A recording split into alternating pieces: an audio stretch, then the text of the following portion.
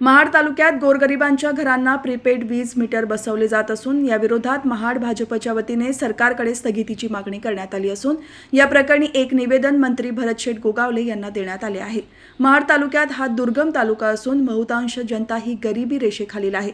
तालुक्यातील ग्रामीण भागात गावागावांमध्ये स्मार्ट मीटरच्या नावाखाली प्रीपेड वीज मीटर बसवण्याचे काम एका ठेकेदाराकडून सुरू आहे।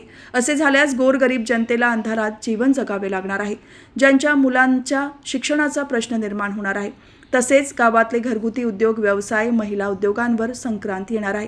या विरोधात महाड भाजपच्या वतीने मंत्री भरतशेठ गोगावले यांना एक निवेदन सादर करून याबाबत योग्य तो जनहिताचा निर्णय होत नाही तोपर्यंत प्रीपेड वीज मीटरला स्थगिती देण्यात यावी अशी मागणी भाजप महाड तालुका पदाधिकाऱ्यांकडून करण्यात आली। यावेळी महेश शिंदे, अनिल मोरे, मंजुषा जोशी, चंद्रजित पालांडे, रवींद्र सागवेकर, शैलेश बुटाला, सुमेध भोसले, अजित येरुणकर, संतोष कोखले, संतोष जोगळेकर, संगीता हर्डीकर, रोहिणी पटवर्धन यांच्यासह पदाधिकारी उपस्थित होते।